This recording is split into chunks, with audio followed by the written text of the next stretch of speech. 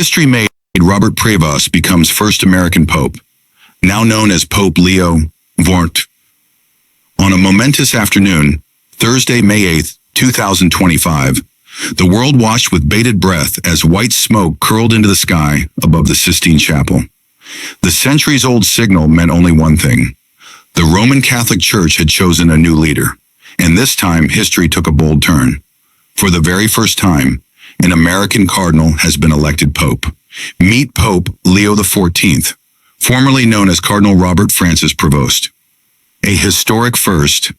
At 69 years old, Robert Prevost has shattered a 2,000-year tradition by becoming the first pontiff from the United States. Born in Chicago, his journey from the Windy City to the pinnacle of the Catholic Church is nothing short of remarkable.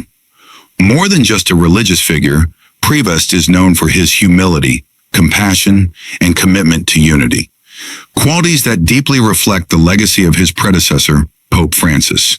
And in many ways, he is continuing that legacy.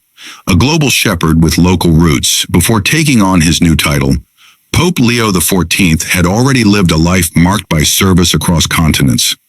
Once the head of the Augustinian order, he spent significant time as a missionary in Peru, eventually becoming Bishop of the city of Chiclayo. His deep ties to Latin America and his years of ground-level pastoral care shaped his moderate, people-focused approach to faith. In 2023, he was appointed to the Vatican's Dicastery for Bishops, a powerful post that helps determine the leadership of dioceses around the world.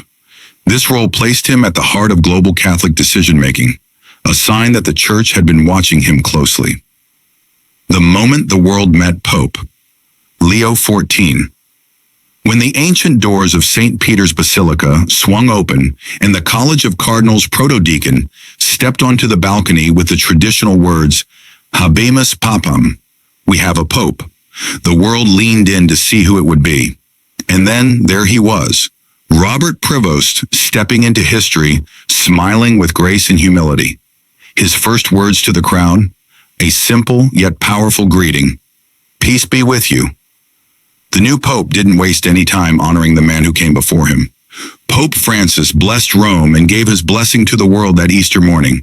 He said with heartfelt emotion, "Allow me to follow up on that blessing." He then added, "God loves us. God loves everyone. Evil will not prevail." The largest conclave. Yet Prevost's election wasn't just historic for who he is, but for the circumstances under which he was chosen.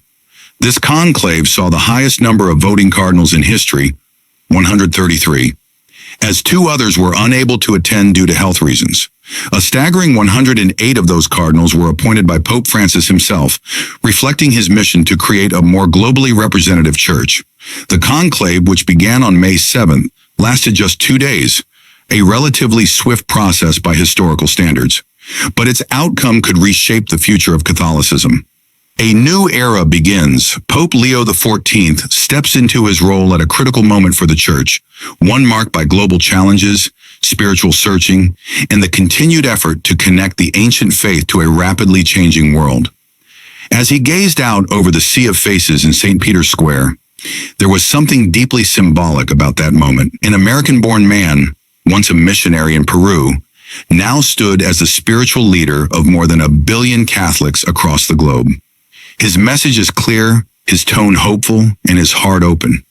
With Pope Leo XIV at the helm, the Catholic Church begins a bold new chapter, one rooted in love, unity, and the belief that no matter where you come from, you can help shape the future. For full video, click related link below or like and subscribe this channel.